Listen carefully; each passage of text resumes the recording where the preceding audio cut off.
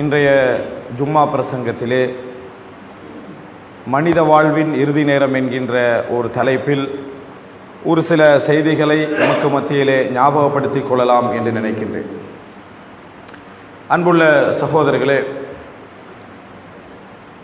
அல்லாஹ் ரப்புல் ஆலமீன் இந்த உலகத்தை மனித சமுதாயம் அனுபவிப்பதற்காக அலங்காரமாகவும் அழகாகவும் ஆசையூட்டக்கூடிய அமைப்பிலும் படைத்து அதை அனுபவிக்கக்கூடிய ஆசையையும் உணர்வையும் மனிதனுக்கு அளித்து அவைகளில் ஹலால் என்றும் ஹராம் என்றும் பிரித்து யார் ஹலாலை பேணி வாழ்கிறார்களோ அவர்கள் இஸ்லாத்தை புரிந்து இஸ்லாத்துக்கு கட்டுப்பட்டு நடக்கக்கூடியவர்கள் என்றும், யார் அந்த ஹலாலை பேணாமல் இறைவனை புறக்கணித்து வாழ்கிறார்களோ அவர்களை இஸ்லாத்துக்கு கட்டுப்படாதவர்கள் என்றும் பிரித்து இந்த உலக வாழ்க்கையை அல்லாஹ் தஆலா அமைத்திருக்கிறார். இந்த உலக வாழ்க்கையில் சில யதார்த்தங்கள் நாம் அவ்வப்பொழுது உணரக்கூடிய யதார்த்தங்களை அல்லாஹ் தஆலா எம்மை சூழ வைத்திருக்கிறார். பெரிய ஆய்வுகள் தேவையில்லை, பெரிய சம்பவங்கள் தேவையில்லை, அறிவூட்டல்கள் தேவையில்லை. சாதாரணமாகவே இந்த உலகத்தை அதன் அர்த்தத்தோடு அதாவது யதார்த்தத்தோடு புரிந்து கொள்வதற்கு மிக இலகுவான வழிகளை அல்லாஹ் தஆலா இந்த உலகத்திலே மனிதனுடைய உள்ளத்திலே என்ன செய்கிறான், வைத்திருக்கிறான். எவ்வளவு பெரிய நபராக மாறிவிட்டாலும், வசதி படைத்தவராக, கல்விமானாக, ஆட்சியாளராக, பெரிய அந்தஸ்துள்ளவர்களாக மாறிவிட்டாலும் கூட இந்த உலகத்துடைய யதார்த்தத்தை புரிந்து கொள்வதற்கு பெரிய காலங்கள் நேரங்கள் என்ன தேவை கிடையாது. அறிவிலும் தரத்திலும் அந்தஸ்திலும் குறைந்தவராக இருந்தாலும் கூட இந்த உலகத்துடைய யதார்த்தம் உண்மை நிலையை புரிந்து கொள்வதற்கு பெரிய ஆய்வுகள் தேவை கிடையாது. அந்த அளவில் அல்லாஹ் தஆலா இந்த உலகத்தை என்ன செய்திருக்கிறான், புரிந்து கொள்கின்ற அமைப்பில் அமைத்திருக்கிறான். ஒரு புறம் இந்த உலகத்தை யோசித்து பார்த்தால் மனிதனுடைய கட்டுக்கடங்காத அந்த ஆசை உணர்வை படைத்த இறைவன் அதன் ஊடாக இந்த உலகத்தை பார்க்கிற நேரத்தில் உலகத்துடைய எல்லா பகுதிகளும் மனிதனுக்கு ஆசையூட்டக்கூடியதாகவே இருந்து கொண்டிருக்கும். உள்ளத்திலும் அல்லாஹ் தஆலா அப்படி ஒரு உணர்வை என்ன செய்கிறான், படைத்து வைத்திருக்கிறான். சொர்க்கத்தில் கூட மேலதிகமாக அனுபவிக்க வேண்டும் என்கின்ற உணர்வை அல்லாஹ் தஆலா எடுப்பது கிடையாது. அப்படிப்பட்ட ஒரு உணர்வை அல்லாஹ் தஆலா மனிதனுக்கு படைத்திருக்கிறான். அதன் ஊடாக இந்த உலகத்தை நாங்கள் பார்க்கின்ற ஒவ்வொரு தருணத்திலும் நமக்கு இந்த உலகம் எப்படி இருக்கிறது அப்படி என்று சொன்னால் ஆசையூட்டக்கூடிய ஒன்றாகவும் நிறைய அனுபவிக்க வேண்டும் என்கின்ற அமைப்பிலும் தான் இந்த உலகம் என்ன செய்யும் இருக்கும். எனவே அன்புள்ள சகோதரர்களே, உலகத்துடைய அமைப்பை அல்லாஹ் தஆலா அப்படி படைத்திருப்பது ஒரு புறம் எங்களுக்கு ஆசையூட்டக்கூடியதாக, இன்னொரு புறம் சாதாரணமாக யோசித்தாலே அர்த்தமற்றதாக. இந்த உலகத்தை சாதாரணமாக ஒருவன் யோசித்தாலே அதன் யதார்த்தங்களை பார்க்கிற நேரத்தில் ஒரு அர்த்தமற்றதாக உணரக்கூடிய அமைப்பிலும் அல்லாஹ் தஆலா இந்த உலகத்தை என்ன செய்கிறான், வைத்திருக்கிறான். பிறப்பை பார்க்கின்ற பொழுது, இறப்பை பார்க்கின்ற பொழுது, ஏற்படுகின்ற அசம்பாவிதங்களை பார்க்கின்ற பொழுது, அழிவுகளை பார்க்கின்ற பொழுது, இழப்புகளை பார்க்கின்ற பொழுது, நஷ்டங்களை பார்க்கின்ற பொழுது, சந்தோஷங்களை தொடர்ந்து வருகின்ற துன்பங்களை பார்க்கின்ற பொழுது, இவைகளெல்லாம் என்ன ஒரு விதமான மனநிலையை மனிதனுக்கு ஏற்படுத்தி ஒதுங்க வேண்டும் என்கின்ற ஒரு சிந்தனையும் என்ன செய்கிறது, சிந்தனையும் மனிதன் உள்ளத்திலே ஊட்டுகிறது. இதனால் துறவியாக போனவர்கள் இருக்கிறார்கள். ஆசையின் அதிகத்தால் உலகத்தை எப்படியெல்லாம் அனுபவிக்கலாம் என்று மாறியவர்கள் இருக்கிறார்கள். இரண்டுக்கும் மத்தியில் ஒரு வழிகாட்டலை சொன்னதுதான் இஸ்லாம். உலகத்தையும் நீ புறக்கணிக்க கூடாது, வாழ்க்கையிலும் நீ மூழ்கிவிடக்கூடாது என்கின்ற அமைப்பில் ஒரு நடுநிலையான ஒரு வாழ்க்கையை சொன்ன மார்க்கம் தான் இஸ்லாம்.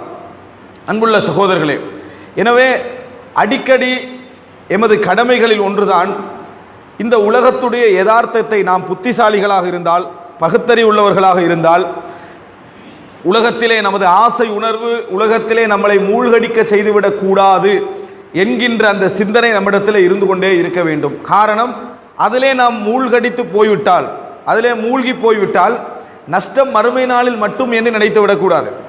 இந்த உலகத்துடைய ஒரு அழகான வாழ்க்கையை நாங்கள் இழப்போம். இந்த உலகத்திலேயே இளமை முதுமைன்னு இறைவன் வைத்திருக்கிறான்.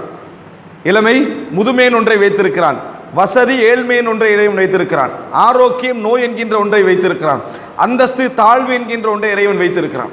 எனவே இந்த உலகத்திலேயே நாம் சரியான முறையில் இந்த வாழ்க்கையை வாழ வேண்டும் என்றால் உலகத்துடைய யதார்த்தங்களை அவ்வப்போது சிந்திப்பது கடமை. இல்லை என்றால் இளமையில் அனுபவித்தது முதுமையில் எங்களுக்கு என்ன செய்யும், ஒரு ரிசல்ட்டை கொண்டு வந்து சேர்க்கும். வசதியில் நாம் ஆடியது வறுமையில் எமக்கு ஒரு வேதனையையும் இழிவையும் கொண்டு வந்து சேர்க்கும். அந்தஸ்தில் நாம் பட்ட அந்த அகங்காரம், நாம் காட்டிய அகங்காரம் அந்தஸ்து குறைகிற நேரத்தில் எமக்கு ஒரு முடிவை என்ன செய்யும், காட்டும். எனவே இந்த உலகத்தில் கூட நாம் பகுத்தறிவோடு சிறந்த முறையில் வாழ முடியாத ஒரு நிலை உண்டாகும். நமது மன ஆசைகளை, எல்லை மீறிய ஆசைகளை நாம் நினைத்தது போல் அனுபவிப்போம் என்று சொன்னால் மறுமையில் நஷ்டம் என்பது ஒன்று. உலகத்திலேயே ஒரு குறிப்பிட்ட கால பகுதியில் எங்களால் என்ன செய்ய முடியாது, சிறந்த முறையில் ஒரு வாழ்க்கையை கொண்டு போக முடியாத நிலையை அது உருவாக்கும். இதனால் தான் பார்க்கிறோம், அதாவது ஆரோக்கியத்தை இழந்து நேர்மையை இழந்து சம்பாதித்தவர்கள் எல்லாம் அதற்கு கடன் தீர்த்து கொண்டிருப்பார்கள் 50 வயதுக்கு பின்னால். எப்படி அந்த ஆரோக்கியத்துக்காக செலவழித்துக் கொண்டிருப்பார்கள். சம்பாதித்த அத்தனையும் திருப்பி என்ன செய்வார்கள், கொடுத்து கொண்டிருப்பார்கள். அந்த வியாதி இந்த நோய் என்று சொல்லி லட்சக்கணக்கான பணத்தை செலவழித்துக் கொண்டிருப்பார்கள். அதே போல அந்தஸ்திலே ஆடியவர்கள் எல்லாம் கவனிப்பாரற்று ஒரு மூலையில் என்ன செய்வார்கள், ஒரு குறிப்பிட்ட காலத்தில் இருப்பதை நாம் என்ன செய்கிறோம், பார்க்கிறோம். குணரீதியாக அன்றைக்கே அந்த குணங்களை மாற்ற வேண்டும் என்று முயற்சிக்காதவர்கள் இன்றைக்கு சமுதாயத்தால் அவர் கோபக்காரர், இவர் பெருமைக்காரர், அவர் பொறாமைக்காரர் என்று அவரே உணராத அமைப்பில் அவர் முகத்திலே சொன்னாலும் கூட அப்படி ஒரு கோபம் எனக்கு இருக்கிறது, அப்படி ஒரு பெருமை எனக்கு இருக்கிறது என்பதை அவரே உணர முடியாத நிலையில் ஒதுக்கப்பட்டிருப்பதை சமுதாயத்தில் என்ன செய்கிறோம், பார்க்கிறோம். எனவே எல்லா வகையில் யோசித்து பார்த்தாலும் சரி, ஒரு புத்திசாலி மறுமையை இழக்காமல் உலகத்தையும் இழக்காமல் வாழ்வதென்றால் இந்த உலகத்துடைய யதார்த்தங்களை அடிக்கடி யோசித்து பார்த்து கொண்டே இருக்க வேண்டும். இருந்தால் மாத்திரம்தான் அது என்ன செய்யும், அவனை ஒரு முறையாக கொண்டு செல்லும். இது முதல் அம்சம். இரண்டாவது என்ன அப்படி என்று சொன்னால், இந்த உலகத்திலே நமது வாழ்க்கை எது சீர்படுத்துகிறது, நமது வாழ்க்கை எது ஒழுங்குற அமைக்கிறது அப்படி என்று நீங்கள் பார்த்தீர்கள் என்று சொன்னால், அதில் மிக பலமான ஒன்றாக குர்ஆன் சொல்வதும் சுன்னா சொல்வதும் ஆரம்பகால நல்ல அறிஞர்கள் சொன்ன வழிகாட்டலும் மிக பலமான ஒன்று. இந்த வாழ்க்கையை உங்களுக்கு முறைப்படுத்தி கொண்டு வந்து சேர்ப்பதற்கு உபதேசங்கள் தேவை, உபதேசங்கள் தேவை. அப்படிப்பட்ட உபதேசங்களிலேயே மிக பலமான உபதேசம் என்ன தெரியுமா, மரணத்தை பற்றி ஒருவர் யோசிப்பது தான். தனது இறுதி நேரத்தை பற்றி அவர் யோசிப்பது தான். அஸ்ஸஈது மன் புஇத பிகைரிஹி, இன்னொன்றிலிருந்து படிப்பினை பெற்றவர் தான் உண்மையில் சந்தோஷத்துக்குரியவர், மகிழ்ச்சிக்குரியவர். யார் என்று சொன்னால் ஒன்றிலிருந்து படிப்பினை பெறுகின்றவர் தான். அந்த அடிப்படையில் அதாவது மா அப்லகுல் இதாத், ஒரு அறிஞரிடத்தில் கேட்கப்படுகிறது, அதாவது உபதேசங்களிலெல்லாம் மிகவும் சிறந்த உபதேசம் என்று எதை நீங்கள் கருதுகிறீர்கள்? சொல்றாரு, அந்நதுரு ஃபில் அம்வாத், மரணத்தை அனுபவிக்கக்கூடிய மரணித்த மனிதர்களை பற்றி யோசிப்பதும் சிந்திப்பதையும் போன்ற ஒரு உபதேசம் இந்த உலகத்திலே கிடையாது. அதை போல ஒரு உபதேசம் இந்த உலகத்திலேயே கிடையாது. அதுதான் மிக சிறந்த உபதேசம். அதனால தான் ரசூலுல்லாஹி ஸல்லல்லாஹு அலைஹி வஸல்லம் சொன்னார்கள், உஸ்குரு திக்ர ஹாதிமில் லத்தாத், நீங்கள் நினைக்கக்கூடிய அனைத்து இன்பங்களையும் தகர்த்தெறியக்கூடிய மரணத்தை ஞாபகப்படுத்துங்கள். லத்தாத் என்றால் உலக இன்பங்கள், ஆசைகள் எல்லாமே, அவைகள் எல்லாவற்றையும் ஹதும் உடைத்து நொறுக்கக்கூடிய ஒன்றை நீங்கள் ஞாபகப்படுத்துங்கள் என்றால் அது என்ன, மரணம் தான். ஒருவர் மரணத்தை பற்றி சிந்திக்க ஆரம்பித்தால் எல்லாமே என்ன செய்துவிடும், தகர்ந்து போகக்கூடிய ஒரு சிச்சுவேஷனை நாம் என்ன செய்கிறோம், பார்க்கிறோம். எனவே மரணத்தை போன்று ஒரு உபதேசம் கிடையாது, மரணத்தை பற்றி சிந்திப்பதை போன்று ஒரு உபதேசம் என்ன கிடையாது. அடிக்கடி உங்களுக்கு உபதேசம் பயனளிக்கவில்லையா, மனது உள்ளத்திலே போய் சில விஷயங்கள் சேரவில்லையா, மரணத்தை பற்றி யதார்த்தமாக யோசித்தாலே போதுமானது. நமது உள்ளம் என்ன செய்யும், ஆசைகளை விட்டு கொஞ்சம் கொஞ்சமாக என்ன செய்யும், அகலும் என்பதை நாம் புரிந்து கொள்ள வேண்டும். எனவே அன்புள்ள சகோதரர்களே, மரணம் பற்றிய சிந்தனை எம்மிடத்தில் அதிகமாக என்ன செய்ய வேண்டும், உருவாக வேண்டும். அதை பற்றி யோசிப்பது, ஜனாசாக்களில் கலந்து கொள்வது, ஜியாரத்து செய்வது, அங்கே பிரார்த்தனை செய்வது அவர்களுக்காக, இது போன்றவைகளால் உள்ளம் என்ன செய்கிறது, நெகிழ்வடைகிறது, படிப்பினை பெறுகிறது. பெரிய பெரிய உரைகள் தராத படிப்பினைகளை மரணம் என்ன செய்துவிடும், தந்துவிடும். மரணத்தை சந்தித்து விட்டு திரும்பி வந்தவர்கள் இருக்கிறார்களே, அவர்களிடத்திலே கேட்டு பாருங்கள், அதை போன்ற ஒரு உபதேசம் கிடையாது. ஒரு ஆக்சிடென்ட்ல அகப்பட்டிருப்பார், இறுதி நேரமாக அவர் கருதி இருப்பார், திருப்பி வந்திருப்பார். இதே போல ஒரு உபதேசத்தை வாழ்க்கையில் அவர் என்ன செய்திருக்க மாட்டார், கண்டிருக்க மாட்டார். அப்படிப்பட்ட ஒரு படிப்பினை அது என்ன செய்யும், ஏற்படுத்தும். இதை நாம் நல்ல முறையில் சிந்திக்க வேண்டும் என்று சொன்னால், மரணத்துடைய நம்ம மனித வாழ்க்கை எவ்வளவு பலகீனம் என்பதற்கு ஒரு சின்ன ஒரு அறிவை பாருங்கள், சின்ன ஒரு சிந்தனையை நீங்கள் யோசித்து பாருங்கள். மனிதனை பொறுத்த வரைக்கும் ஒரு சின்ன விஷயமாக இருந்தாலும் சரி, தான் தீர்மானிப்பதைத்தான் விரும்புகிறான். ஒரு வீட்டுக்கு பெயிண்ட் அடிக்கிறதாக இருந்தாலும் சரி, இன்னொருவர் சொல்வதை விட அதுக்கு இன்னும் கலர் இருக்கணும் என்று அவன் மனசு தான் என்ன செய்யும், தீர்மானிக்கும். சாதாரண மேசை எங்கே வைக்க வேண்டும் வீட்டிலே என்ற அந்த ஒரு அதாவது அழகுக்கு கூட அவனது சிந்தனை தான், நான் சொல்வதுதான் அங்கே நடக்கணும் என்று அவன மனசு என்ன செய்யும், சொல்லும். ஒரு லைட் போடுவதாக இருந்தாலும் சரி, தான் சொல்றது தான் நடக்கணும் என்று அவன மனசு சொல்லும். எதுவாக இருந்தாலும் தான் நினைப்பதை போல் நடக்க வேண்டும் என்கின்ற ஆசை மனிதனிடத்திலே உண்டு. இப்படிப்பட்ட மனிதனுக்கு எது பெரிய தீர்வாக இருக்கும்? தன் ஆசை போல இருக்க வேண்டும் என்றால் அது பெரிய தீர்வாக இருக்கும்.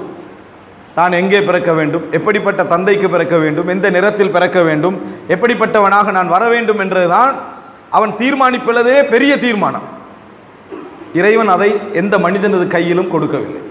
எங்கே பிறக்க வேண்டும், எப்படிப்பட்ட பெற்றோர்களுக்கு பிறக்க வேண்டும், எந்த அழகில் பிறக்க வேண்டும், எப்படிப்பட்ட ஒரு வளர்ச்சியை தான் அடைய வேண்டும் என்பதை எந்த மனிதனுக்கும் தேர்ந்தெடுக்கின்ற சுதந்திரத்தை இறைவன் என்ன செய்யவில்லை, கொடுக்கவில்லை. 10-11 வயதுக்கு பின்னால் அவன் உணர்கிறான், இந்த தந்தைக்கு நான் பிறந்திருக்கிறேன், இந்த இடத்தில் நான் பிறந்திருக்கிறேன், ஆணாக பிறந்திருக்கிறேன், பெண்ணாக பிறந்திருக்கிறேன், எனக்கு இன்ன அழகு இருக்கிறது, எனது நிலைமை தான், எனது கால் இவ்வளவுதான், எனது கையுடைய பலம் இவ்வளவுதான் என்பதை அவனால் உணர முடியுமே தவிர உருவாக்க முடியாது.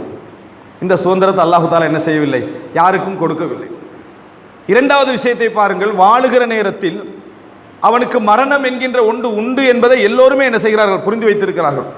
மரணம் எல்லோரும் அனுபவிக்க வேண்டிய ஒன்று என்பதை புரிந்து வைத்திருக்கிறார்கள். சரி, பிறக்கும் பொழுதுதான் தன் உருவாக்கத்தின் சுதந்திரத்தை அவன் அடைந்து கொள்ள முடியவில்லை என்று பார்த்தால், இறக்கும் பொழுதாவது மனிதன் ஏதாவது தீர்மானிக்க முடிகிறதா என்று பாருங்கள். இந்த இடத்தில் தான் நான் மரணிக்க வேண்டும், இப்படித்தான் மரணிக்க வேண்டும், இன்ன வேலைகளை செய்துவிட்டு தான் நான் மரணிக்க வேண்டும் என்பதை அவனால் தீர்மானிக்க முடிகிறதா என்று பார்த்தால் அந்த சுதந்திரமும் அவனுக்கு என்ன இல்லை.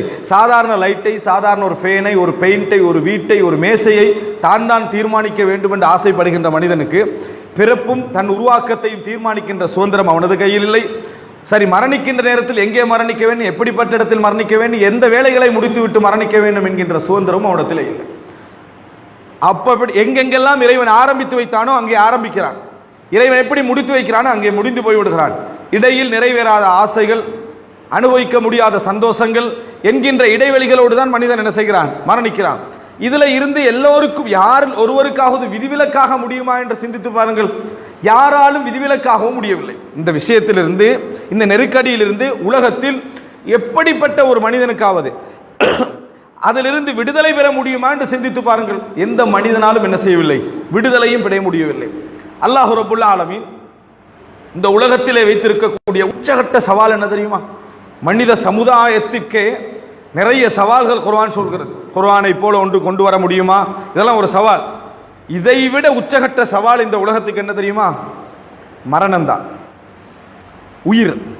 யஸ்அலூனக அனிர் ரூஹ், நபியே உங்களிடத்திலே வந்து உயிரை பற்றி கேட்கிறார்கள். குலிர் ரூஹு மின் அம்ரி ரப்பி வமா ஊதீது மினல் இல்மி இல்லா கலீலா. உயிர் என்பது எனது இறைவனது காரியங்களில் ஒன்று, நீங்கள் கொஞ்சமான அறிவையே கொடுக்கப்பட்டிருக்கிறீர்கள் என்று சொல்லுங்கள் என்று அல்லாஹ் தஆலா சொல்கிறான்.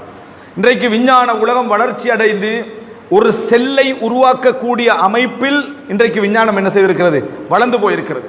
ஜீனோம் ப்ராஜெக்ட் என்று சொல்லி இன்றைக்கு புதிய செல்லை ஆர்டிஃபிஷியலாக உருவாக்குவதற்காக ஒரு செல்லை எடுத்து அதனது மொலக்யூல்ஸ் எல்லாம் ரீட் பண்ணி அதனுடைய அனைத்து விஷயங்களையும் ரீட் பண்ணி அதுக்கான ஒரு ப்ரோக்ராம் உருவாக்கி 20 வருட காலமாக நடைமுறைப்படுத்தி கொண்டு வந்து கொண்டிருக்கிறது உலகம்.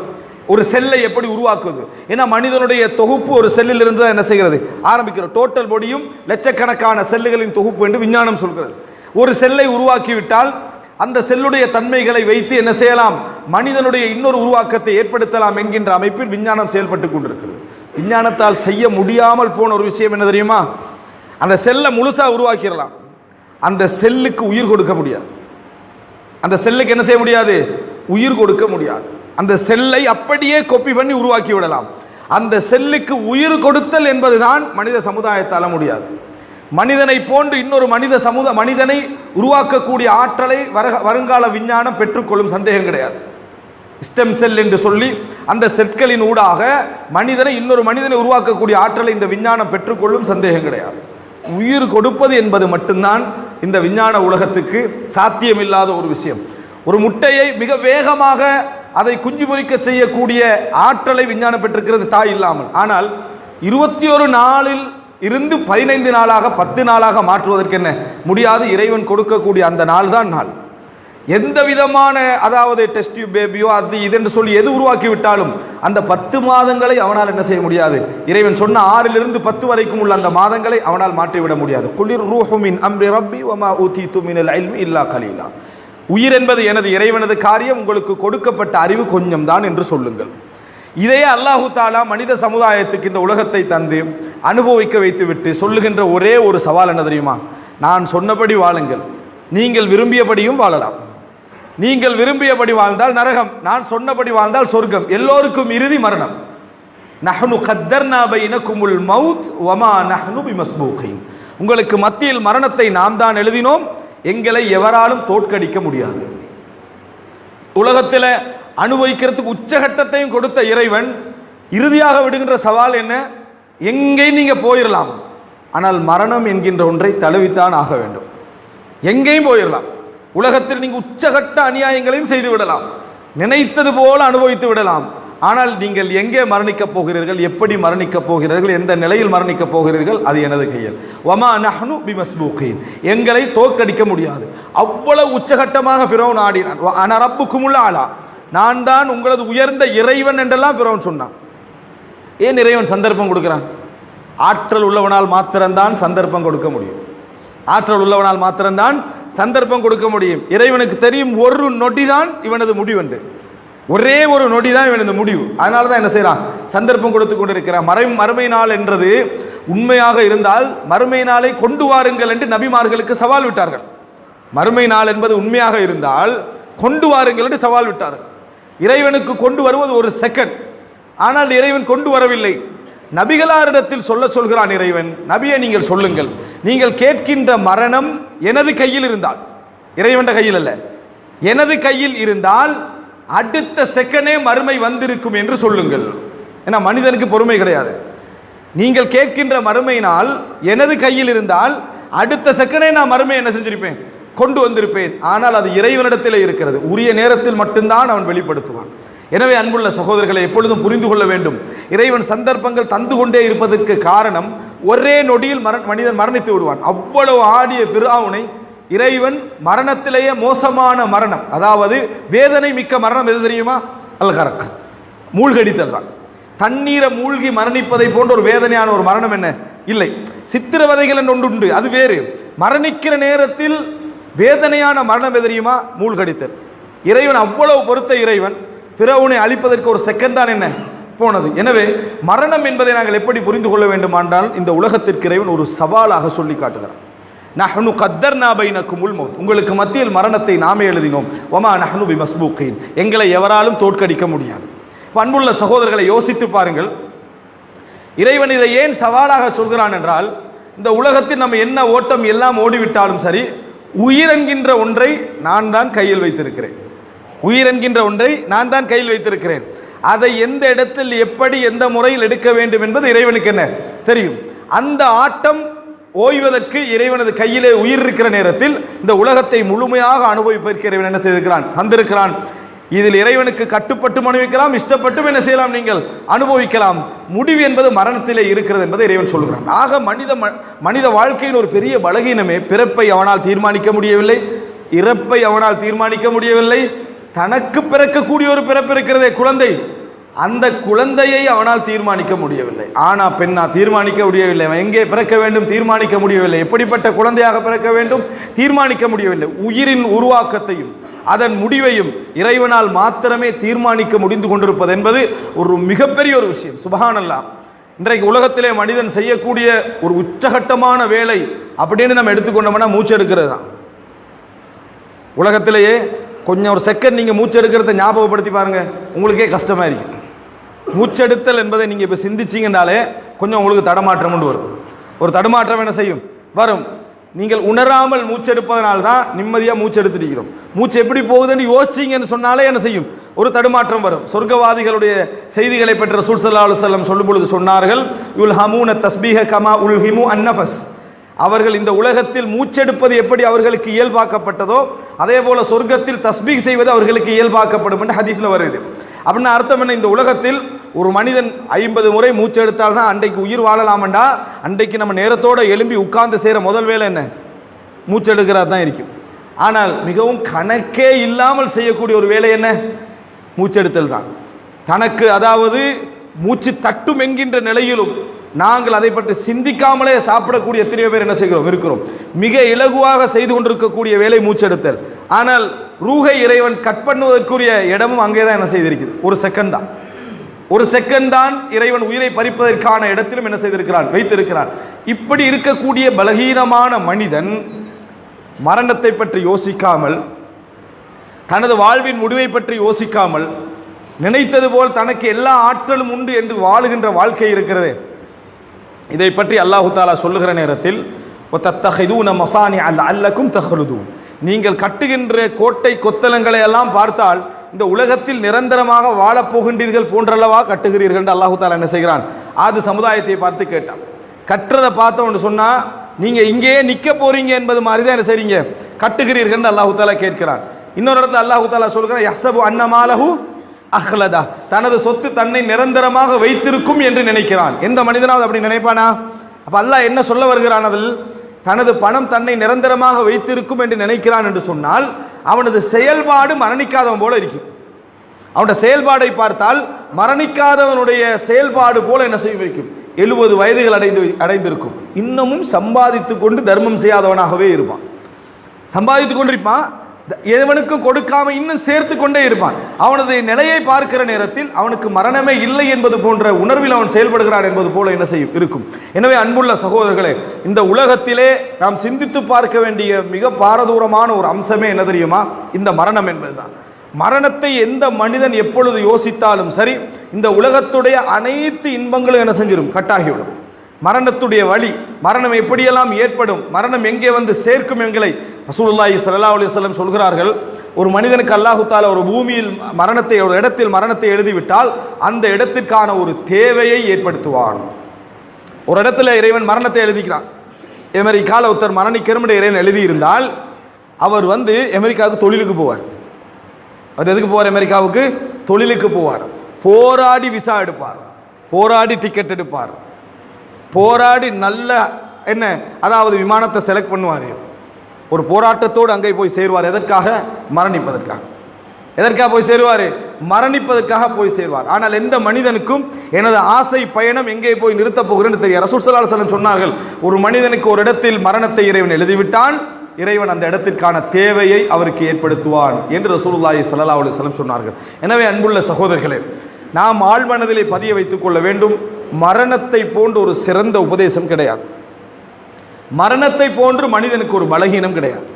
இந்த உலகத்தில் மரணத்தை போன்ற ஒரு சிறந்த உபதேசம் கிடையாது, மரணத்தை போன்று சிறந்த ஒரு பலகீனம் கிடையாது. நீங்க எந்த நேரத்திலாவது உங்கள் உள்ளம் செத்து விட்டதை போன்று உணர்ந்தால், குர்ஆன் ஓத முடியவில்லை என்று உணர்ந்தால், இபாதத்து செய்ய முடியவில்லை என்று உணர்ந்தால், பயான்கள் கேட்பதற்கு போக முன்னால் ஒரு இடத்துல 10 நிமிஷம் உட்காருங்க. உட்கார்ந்து உங்களோடு பயணித்தவர்களில் எத்தனை பேர் மரணித்து விட்டார்கள் சிந்தியுங்கள். சின்ன வயசுலேருந்து உங்களோடு பயணித்தவர்களில் எத்தனை மரணங்கள், உங்கள் சொந்தக்காரர்களில் எத்தனை மரணங்கள், எத்தனை ஜனாசாக்களை உங்களால் பார்க்க முடிந்தது, எத்தனை ஜனாசாக்களை உங்களால் பார்க்க முடியவில்லை. இன்றைக்கு அவர்களது பிள்ளைகள் குழந்தைகளுடைய வாழ்வு என்ன, சூழல் எப்படி போயிருக்கிறது, எப்படி வாழ்ந்தார்கள் என்று ஒரு 10 நிமிஷம் யோசித்தாலே போதுமானது. ரசூல் ஸல்லல்லாஹு அலைஹி வஸல்லம் சொன்னது போல ஹாதிமுல்லதா, எல்லா இன்பங்களையும் துடை தெரிந்து உங்களை தொலை வைக்கும், சுஜூது செய்ய வைக்கும், குர்ஆன் ஓத வைக்கும், அழ வைக்கும். அதான் மரணத்துடையது. நீங்க பெரிய உபதேசங்கள் கேட்க வேண்டிய அவசியமில்லை. மரணம் அவ்வளவு பலமான ஒரு தாக்கத்தை என்ன செய்யும்? ஏற்படுத்தும். அதோடு நீங்கள் விடுதலை பெற வேண்டும் என்பது போல ஒரு உணர்வு உண்டாகும். இந்த மரணத்திலிருந்து நான் விடுதலை பெற வேண்டும், எப்படி விடுதலை பெறுதல் என்ற உணர்வு உண்டாகும். அப்பொழுது அல்லாஹ்வுடைய வசனத்தை கேளுங்கள், நஹ்னு கத்தர்னா பைனக்குமுல் மவுத், உங்களுக்கு நாம் மரணத்தை நாமே எழுதினோம், வமா நஹ்னு பிமஸ்பூகின், எங்களை எவராலும் தோற்கடிக்க முடியாது என்ற அந்த இறைவனது சவாலையும் கேளுங்கள்.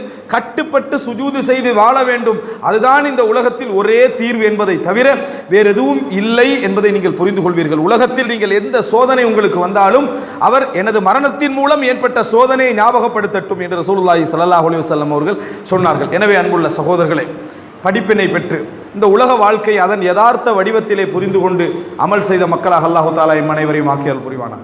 இன்னல் ஹம்தலில்லாஹி நஹ்மதுஹு வ நஸ்தஈனுஹு வ நஸ்தக்ஃபிருஹு வ நஊது பில்லாஹி மின் ஷுரூரி அன்ஃபுஸினா வ மின் ஸய்யிஆத்தி அஅமாலினா மை யஹ்திஹில்லாஹு ஃபலா முضில்ல லஹு வ மை யுضلل ஃபலா ஹாதிய லஹு வ அஷ்ஹது அன் லா இலாஹா இல்லல்லாஹு வஹ்தஹு லா ஷரீக லஹு வ அஷ்ஹது அன்ன முஹம்மதன் அப்துஹு வ ரசூலுஹு அம்மா பஅத்.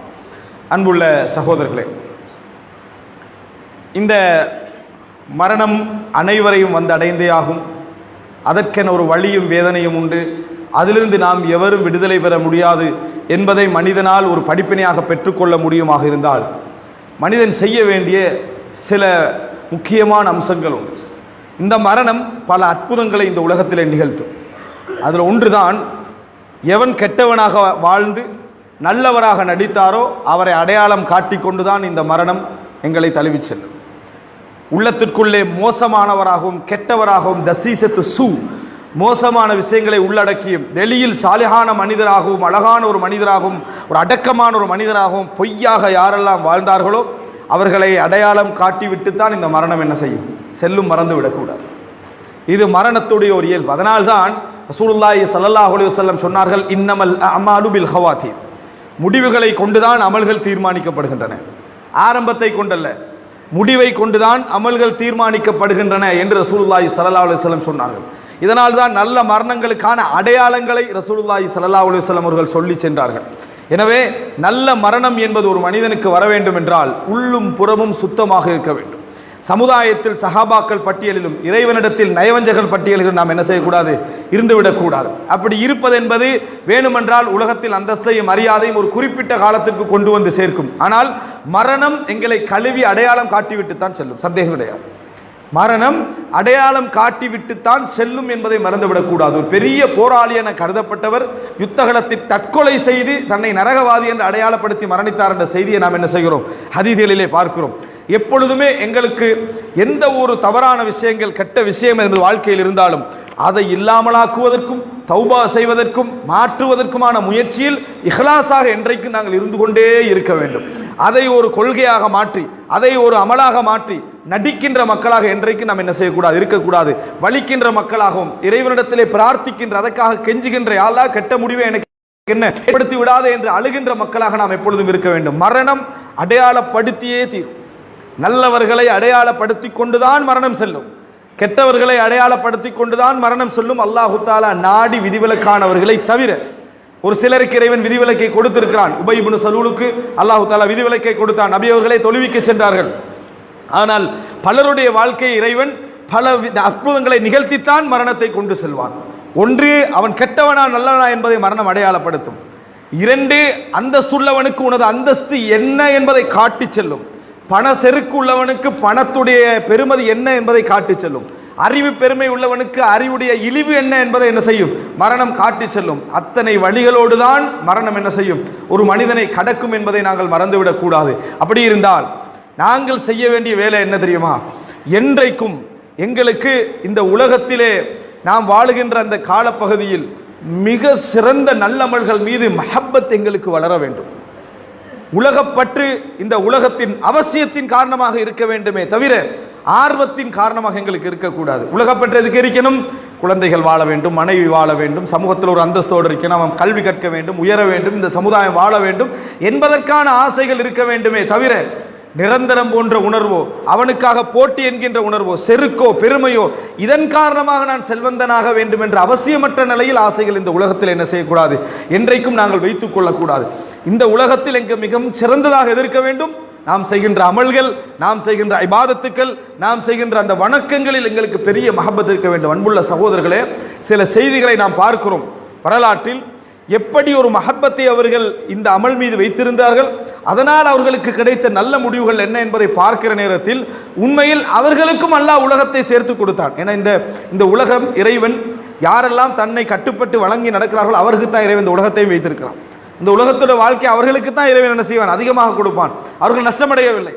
உலகத்தில் கட்டுப்பட்டு வாழ்ந்ததனால் இந்த உலகத்தில் அவர்கள் நஷ்டமடையவில்லை. பெரும் பெரும் ஆட்சியாளர்களாக மரணித்தார்கள் என்பதை நாம் என்ன செய்கிறோம், பார்க்கிறோம். அன்புள்ள சகோதரர்களே, ஹந்தக் யுத்த நேரத்திலே ரசூலுல்லாஹி ஸல்லல்லாஹு அலைஹி வஸல்லம், ஹந்தக் யுத்தம் அல்லது இன்னொரு யுத்தம், அந்த யுத்த காலத்திலே ரசூலுல்லாஹி ஸல்லல்லாஹு அலைஹி வஸல்லம் சஹாபாக்களும் யுத்தத்தில் ஈடுபட்டு கொண்டிருக்கிறார்கள்.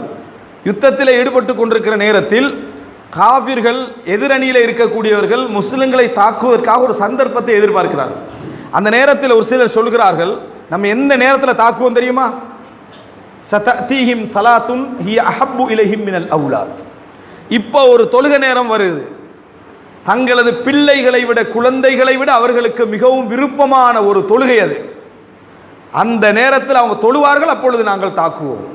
எப்படி சொன்னார்கள், சததீஹிம் ஸலாத்துன் ஹிய அஹப்பு இலைஹிம் மினல் அவுலாத்.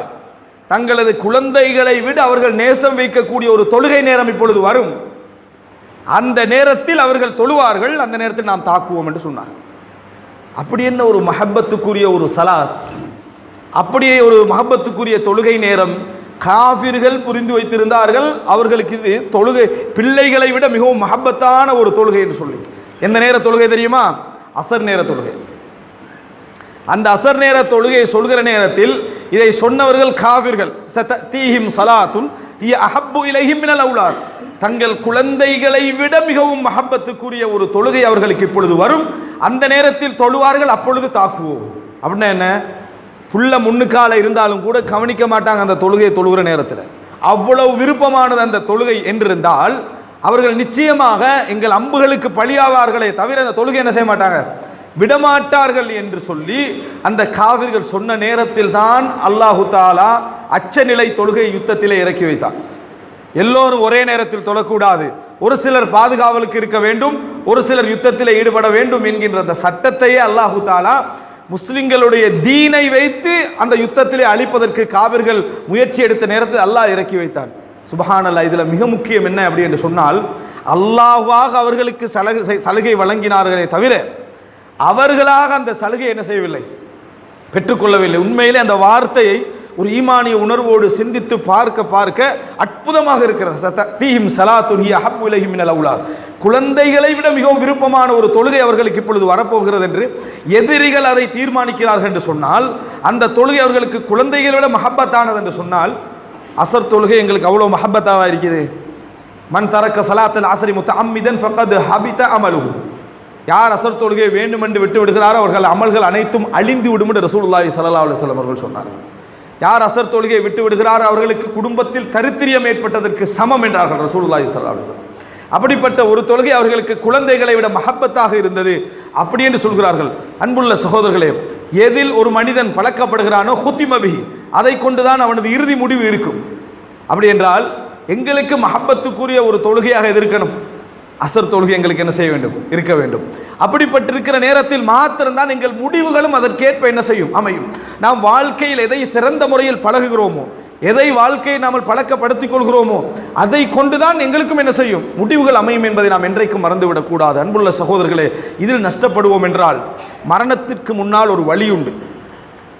அந்த வழி என்ன? மரணத்திற்கே உரிய உடல் ரீதியான வழி, உடலை விட்டு உயிர் பிரிகின்ற வழி. இந்த உடலை நிர்வாகம் செய்த உயிர் எங்கள் உடலை விட்டு பிரிகின்ற வழி. இந்த வழி இருக்கிறதே, இந்த வழி மிகவும் பலமானது, மிகவும் வேதனை மிக்கது. எத்தனையோ நபித்தோழர்கள் நான் பறவையாக இருந்திருக்க கூடாதா, ஒரு மேசையாக இருந்திருக்க கூடாதா, ஒரு பெட்டியாக இருந்திருக்க கூடாதா, மனிதனாக நான் ஏன் இருந்தேன் என்ற அந்த வழியில் துடித்தார்கள். ரசூலுல்லாஹி ஸல்லல்லாஹு அலைஹி வஸல்லம் அவருடைய சக்கராத்துடைய நேரத்தில் அவர் பட்ட வழியை பார்த்துவிட்டு ஆயிஷா ரலியல்லாஹு அன்ஹா சொன்னார்கள், லா அக்ரஹு ஷித்தத்தல் மௌத் லி அஹதின் பஅத ரசூலுல்லாஹி ஸல்லல்லாஹு அலைஹி வஸல்லம், நபிக்கே இறைவன் இதற்கு விதிவிலக்கு கொடுக்கவில்லை.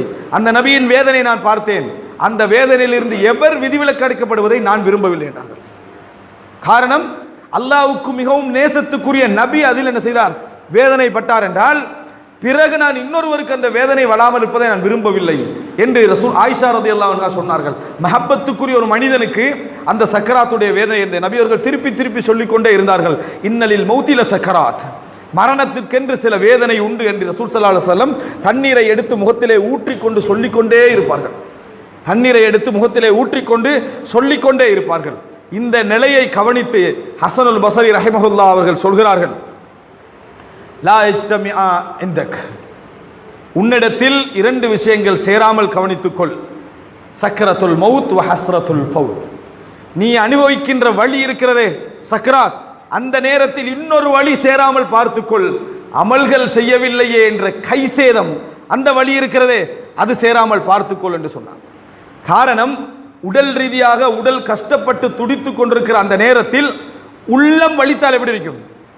ஒழுங்கான முறையில் அமல் செய்யலேடா, தர்மம் செய்யவில்லையே, எவ்வளவு விஷயங்களை செய்திருக்கலாம், காலமெல்லாம் நான் என்ன செய்யல, இதை நான் அவகாசத்தை பயன்படுத்தவில்லை என்ற வழி ஹஸ்ரத்துல் ஃபவுத், தப்பிவிட்டதே என்ற வழியும் இதுவும் ஒன்று சேராமல் பார்த்துக்கொள். சக்கராத்துல் மவுத் நேரத்தில் உனக்கு உன் நன்மைகளை பற்றி ஒரு சின்ன திருப்தியாவது என்ன செய்ய வேண்டும், இருக்க வேண்டும், அதுவும் இதுவும் சேராமல் பார்த்துக்கொள் என்று சொல்லி ஹஸனுல் பஸரி ரஹிமஹுல்லாஹ் அவர்கள் என்ன செய்தார்கள், சொன்னார்கள். அன்புள்ள சகோதரர்களே, அந்த வழி ரசூலுல்லாஹி ஸல்லல்லாஹு அலைஹி வஸல்லம் அவர்களும் விதிவிலக்கு கொடுக்கப்படாத ஒரு வழி அது. அப்படிப்பட்ட ஒரு நேரம் எல்லா நபித்தோழர்களுக்கும் கடந்து போயிருக்கிறது. இதனால்தான் ரசூலுல்லாஹி ஸல்லல்லாஹு அலைஹி வஸல்லம் அவர்களுடைய வாழ்க்கையை நாம் பார்க்கிறோம். அந்த இறுதி நேரம் சிறந்த ஒரு நேரமாக அமைவதற்கு நபிகளாருடைய வாழ்க்கையில் இருக்கக்கூடிய ஒரு சம்பவத்தை சொல்லி முடிக்கிறேன். அது பெரிய ஒரு ஆதாரம். ஒரு மனிதன் எதற்கு பழக்கப்படுகிறானோ அதை கொண்டுதான் அவனது இறுதி முடிவுகள் அழகாக அமையும் என்பதற்கு அது ஒரு பெரிய ஒரு ஆதாரம். அன்புள்ள சகோதரர்களே, எனவே நாங்கள் பார்க்கிறோம் ரசூலுல்லாஹி ஸல்லல்லாஹு அலைஹி வஸல்லம் அவர்கள் தனது வாழ்க்கையில் மிகவும் விரும்பிய ஒரு அமலாக இந்த மிஸ்வாக், பல் துலக்குதலை ஆயிஷா ரலியல்லாஹு அன்ஹா சொல்கிறார்கள். நபி அவர்கள் வீட்டுக்குள் நுழைந்தால் முதலாவது என்ன செய்வார்கள் என்று கேட்ட நேரத்தில் பல் துலக்குவார்கள். இரவு நேரத்தில் எழுந்தால் முதலாவது நபி அவர்கள் பல் துலக்குவார். குன்னா நுஇத்து லஹு சிவாகஹு வ வதுஅஹு, அவருடைய உதுவுக்கு தண்ணீரையும் மிஸ்வாக்கை நாங்கள் தயார்படுத்தி வைப்போம். வீட்டில் தொழுதுட்டு வெளியே போகல ரசூலுல்லாஹ், வீட்டில் தான் தொட போறாங்க என்றாலும் முதல்ல என்ன செய்வாங்க? பல் துலக்குவார்கள். யாரையாவது சந்திக்க நினைத்தால் நபியவர்கள் பல் துலக்குவார்கள். நபியவர்களுக்கு இந்த உலகத்திலே மிகவும் வெறுப்பாக இருந்தது வாய் நாற்றம், துர்நாற்றம். அதனால் வெங்காயத்தையும் பூண்டையும் நபியவர்கள் சாப்பிடவில்லை. அதை சாப்பிட்டவர்கள் பள்ளிக்கு வர வேண்டாம் என்று என்ன செய்தார்கள்? நபியவர்கள் சொன்னார்கள். அந்த அளவுக்கு ரசூலுல்லாஹ் அதை விரும்பினார்கள். 5 நேரத்திலும் என் உம்மத்துக்கு கஷ்டம் இல்லை என்றால் பல் துலக்க ஏவிருப்பேன் என்று ரசூலுல்லாஹி ஸல்லல்லாஹு அலைஹி வஸல்லம் அவர்கள் சொன்னார்கள்.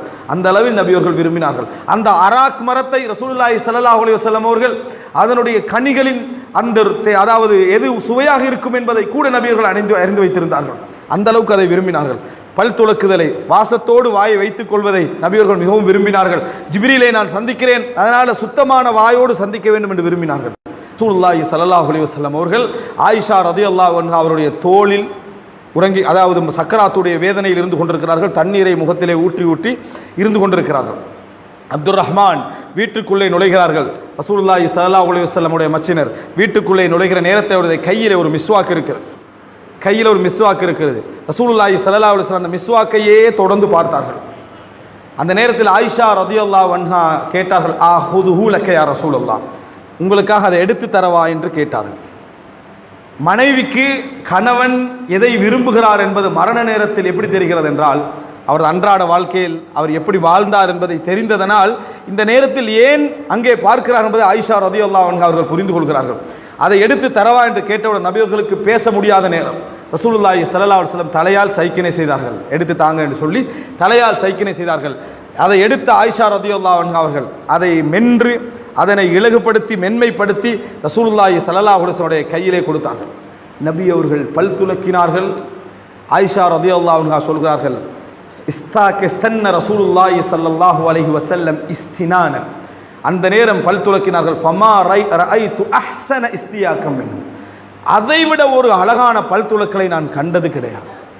அவ்வளவு அழகாக அந்த இறுதி நேரத்தில் என்ன செய்கிறார்கள்? பல் துலக்கினார்கள். யாரையும் சந்திக்க போவது கிடையாது, வெளியே கிளம்பி செல்வது கிடையாது, உரையாட போவது கிடையாது, பேச்சு கூட வராத நேரம். நபியவர்கள் இறுதி நேரமாக இருந்தாலும் சரி, நோக்கங்கள் எல்லாம் ஒரு புறம் இருக்க, தான் பழக்கப்பட்ட ஒரு செயல் பல் துலக்குதல். ரசூலுல்லாஹி ஸல்லல்லாஹு அலைஹி வஸல்லம் அழகான முறையில் பல் துலக்கினார்கள். அப்படி துலக்கி கொண்டிருக்கிற நேரத்தில் இலர் ரஃபீகில் அலா, இறைவனை நோக்கி நான் பயணப்படுகிறேன் என்று சொல்லி கையை விரித்து ஒரு கை அப்படியே நிலத்திலே என்ன செய்வார், உடலிலே சாய்ந்தது. நபியவர்கள் மரணித்தார்கள். ரசூலுல்லாஹி ஸல்லல்லாஹு அலைஹி வஸல்லம் அவர்கள் கடைசியாக செய்த வேலை என்னன்னு நீங்க கேட்டீங்கன்னா பல் துலக்குதல். கடைசியாக செய்த வேலை என்ன? பல் துலக்குதல். அவருடைய வாழ்க்கையை எடுத்து பார்த்தீங்கன்னு சொன்னால் நபியவர்கள் அதிகமாக விரும்பியது ஒன்று பல் துலக்குதல். இந்த உம்மத்துக்கு கட்டாயப்படுத்த கூட ரசூலுல்லாஹி ஸல்லல்லாஹு அலைஹி வஸல்லம் அவர்கள் என்ன செய்தார்கள்? அதை விரும்பினார்கள் என்பதை நம்ம பார்க்கிறோம். இறுதி நேரத்தை அல்லாஹு தஆலா ஹுத்திம பிஹி, அதை கொண்டு இறுதி நேரத்தை ரசூலுல்லாஹி ஸல்லல்லாஹு அலைஹி வஸல்லம் அவர்களுக்கு அமைத்தான் என்பதை பார்க்கிறோம். எனவே அன்புள்ள சகோதரர்களே, நாம் என்ன புரிந்து கொள்ள வேண்டும் என்றால், எமது வாழ்க்கையில் நாம் எதை பழக்கப்படுத்தி கொண்டிருக்கிறோம், எமது வாழ்க்கையில் எதை பழக்கப்படுத்தி கொண்டிருக்கிறோம். இன்று பழக்கமாக அது இருக்கும், நாளைக்கு அது தவறாக ஒரு விஷயமாக இருந்தால் தவறென்றே நமக்கு தெரியாத இடத்துக்கு வரும். முடிவும் அப்படிப்பட்ட ஒரு முடிவாக என்ன செய்துவிடும்.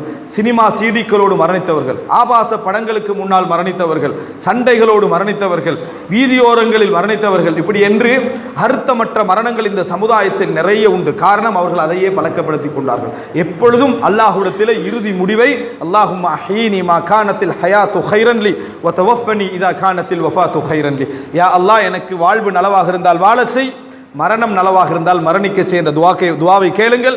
அந்த மரணம் அழகான ஒரு மரணமாகவும் சிறந்த ஒரு மரணமாகவும் இருக்கு. இதுதான் ஒரு சிறந்த ஒரு முக்கியமான அல்லாஹு முஸ்தூர் அவுராத்தி வஆமின்ற வஆத்தி.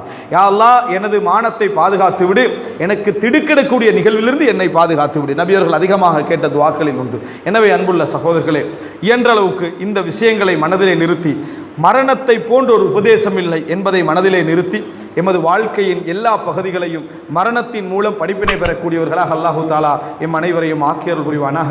ஹாதா மா இந்தி வல் இல்மு இந்தல்லாஹ் வ அகூலு கௌலி ஹாதா.